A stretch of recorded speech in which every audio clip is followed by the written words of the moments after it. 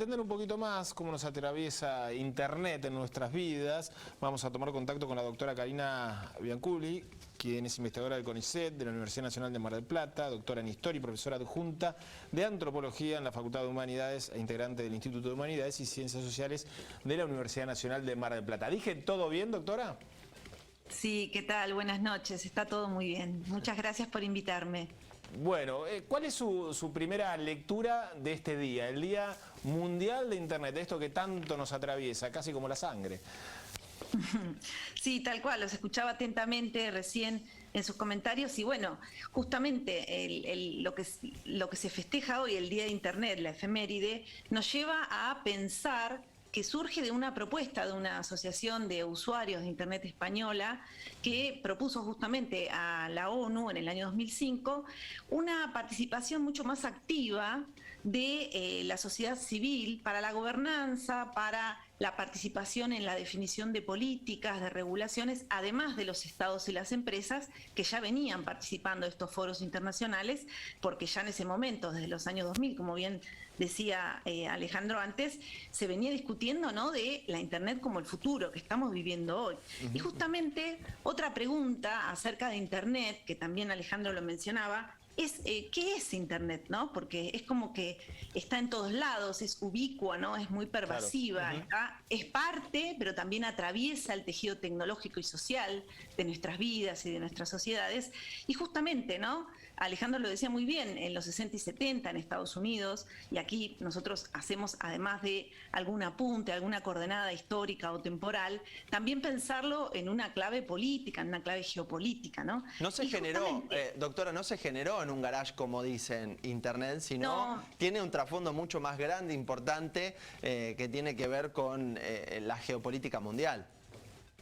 Claro, primero para pensarla en una clave de las relaciones, ¿no?, entre bloques regionales o entre países o entre estados, pero también para ir desmitificando, ¿no?, esa cuestión de estos emprendimientos aislados, la idea de un invento, la idea de un inventor, de una idea brillante, ¿no?, que las hay. La cuestión es que se inscriben en tramas mucho más complejas, mucho más densas, donde hay actores que son actores de los estados, de políticas públicas, de fuertes inversiones y también de las academias, de las universidades, en este caso, como bien vos mencionabas, en los 60, 70 norteamericano, pero que también tiene un impulso muy fuerte durante la gestión de Bill Clinton en los años 90 para que se convierta la Internet ya en una clave de esa explosión empresarial en lo que se denominó la autopista de la información, ¿no?, que de alguna manera abre el escenario para los tempranos 2000, para lo que conocemos hoy. Y justamente, y vos lo comentabas, además de los números que son impresionantes a nivel global, la pandemia tan reciente y tan cercana en nuestras vidas también demostró, pudimos advertir, ese carácter central que tiene Internet, no solo para la comunicación, sino también para la vida misma, ¿no?, para las cuestiones laborales, para las cuestiones que tienen que ver con las participaciones políticas, para nuestra privacidad o la construcción de nuestras subjetividades. Es decir, pensar Internet o pensar con la excusa de esta efeméride también nos abre las puertas a pensar en otra clave.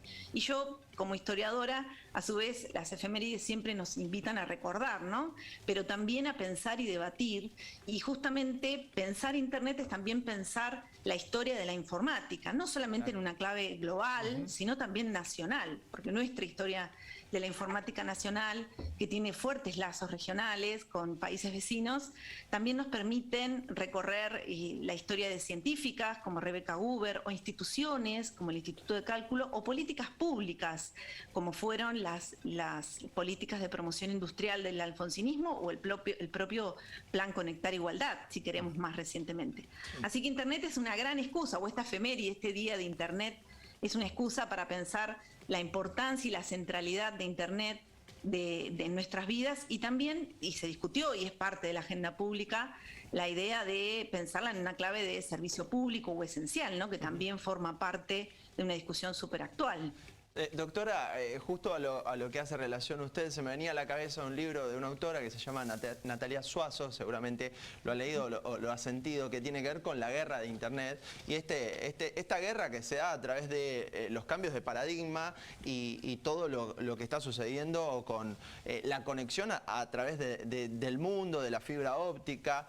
¿Cuánto ha cambiado desde aquellos 90, que es como la ruptura de lo que hoy vemos como Internet, hasta esta época y esa guerra que se viene dando en este mundo cada vez más globalizado? Sí, lo comentás muy bien y justamente con los datos que vos comentabas más temprano, vemos ahí la importancia de las tensiones alrededor de las conexiones, ¿no? Y detrás de esas discusiones que a veces suenan en números, en plataformas, o en redes, que está muy bien, hay una densidad que tiene que ver, como bien decías vos, con el poder de países, el poder de corporaciones tecnológicas muy importantes que se vinculan a discusiones que tienen que ver con el desarrollo de nuestras vidas y nuestras sociedades. Así de importante es Internet para poder pensarla en una clave más amplia, que ya de por sí es interesantísima, pero mucho más amplia de lo tecnológico, para inscribirla en una clave social, de desarrollo científico-tecnológicos, de los estados, los roles de los estados, de las políticas públicas y de nosotros mismos como usuarios más domésticos o usuarios más institucionales. Mucho la pandemia nos sirvió para poder pensar y sostener, por ejemplo, la educación universitaria pública y otros ciclos, pero justamente la que me compete a mí, la verdad que fue posible a partir de estas tecnologías digitales y de la informática, de sostener las universidades, las cursadas, las actividades de la universidad, y que no solamente son la enseñanza, sino también las otras actividades que desarrollamos en este espacio. Y en relación a regulaciones, digo, pensando lo que es Internet, el espectro que abre tan amplio, tan grande, infinito para uno, por lo menos parece, ¿cómo estamos en ese sentido? Digamos, ¿hay que todo el tiempo ir actualizando algún tipo de regulación o no? Sí, es todo un apartado específico pensar las regulaciones, ¿no? Una clave, si se quiere, es poder pensarla en una clave nacional, en una clave de discusión pública, en la cual podamos participar todos. Más allá de lo que sepamos o conozcamos o que suene a veces un poco oscuro para poder pensarlo, la verdad es que es importante discutirlo en esa clave, ¿no? Y también poder fortalecer la discusión de las regulaciones en la agenda pública, sea una agenda social, sea una agenda política o una agenda educativa. Es importante conocer para poder participar y no solamente estar en un lugar como usuario si nos llegan una actualización o aparece un nuevo producto, y que seguramente es muy interesante su desarrollo, su utilización, pero también tenemos que pensarlo en una clave social para poder imaginar y realmente llevar adelante las tecnologías que necesitamos realmente como sociedades, tecnologías que sean posibles de utilizar para todos nosotros, más allá de sus costos o sus brillos, sino también para las tecnologías que necesitamos como sociedad, para desarrollarnos y para poder proyectarnos hacia el futuro. Bien, doctora, queremos agradecerle esta conexión, ya que estamos conectados, y le permitimos, si quiere, por lo menos desde el Zoom, desconectarse y agradecerle mucho, bueno, esta entrevista y todos estos datos y toda esta información. Muchas gracias. Muchas gracias a ustedes, buenas noches. ¿Cuántas horas pasa conectada? Bastante, bastantes horas.